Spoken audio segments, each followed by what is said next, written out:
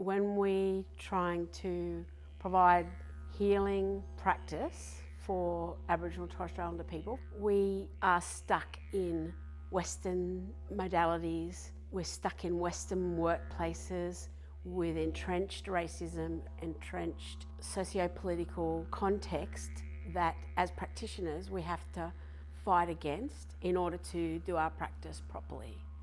We bring all our beautiful skills and attributes to the situation, but we only have a Western framework of training to work from.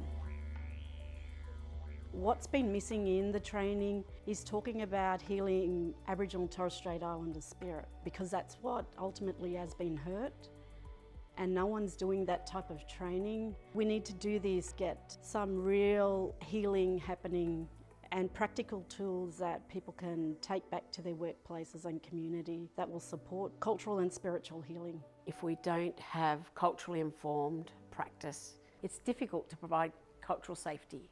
We want to provide trauma-free spaces for people to really be able to tap into cultural resources and wealths, knowledges, ways of being, doing that is in the training.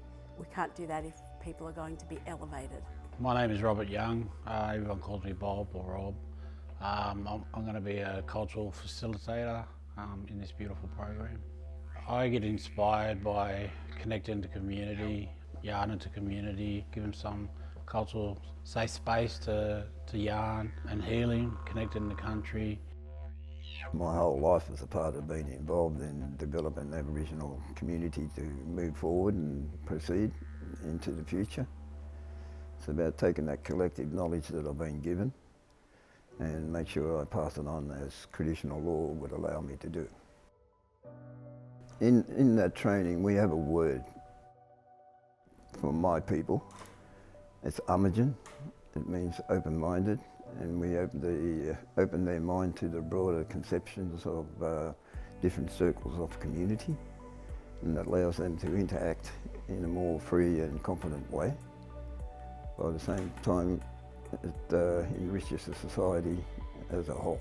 When you go through training like this, it actually opens up your mind more to spirit and yourself and how to become your true self without trauma. So that person, rather what the trauma is, they can freely express themselves and take off the different layers that hold them down.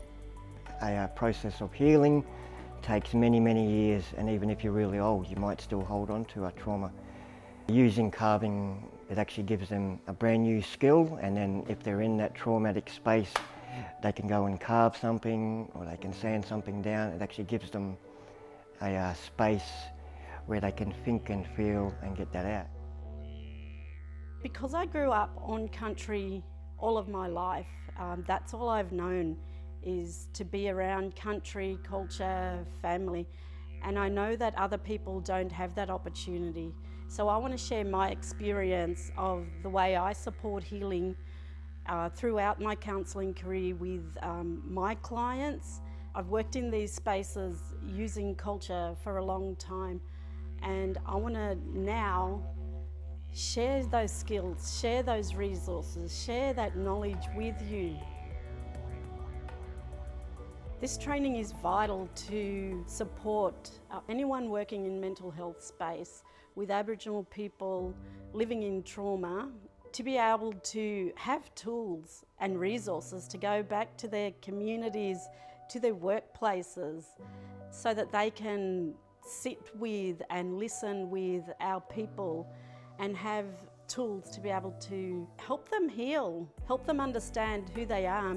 It's super important to understand how our people heal from culture, to understand themselves, to understand country and how they are connected to country. Sitting and listening in that space, and you'll be able to hear ancestors. They will be able to guide you back to yourself and back to healing.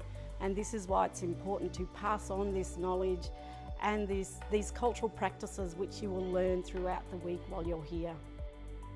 You can't have culturally informed practice in a minute. It's a lifetime of cultural learning, but this training will strengthen practitioners so they feel more in touch with their own cultural roots and then able to bring that out in their work. It takes that isolated feeling away from the professional people talking to the clients or patients. We haven't had this before.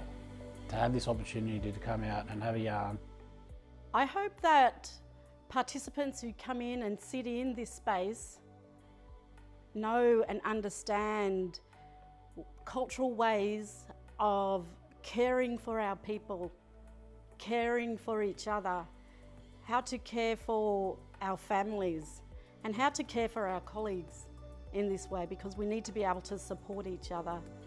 I'm hoping that people can go away with confidence, knowing that they can work in this way, knowing that they have the tools to support our people when they are triggered by trauma, when they are living in trauma, knowing that they have an understanding of how to do this and not be afraid to do this, because there's nothing to lose.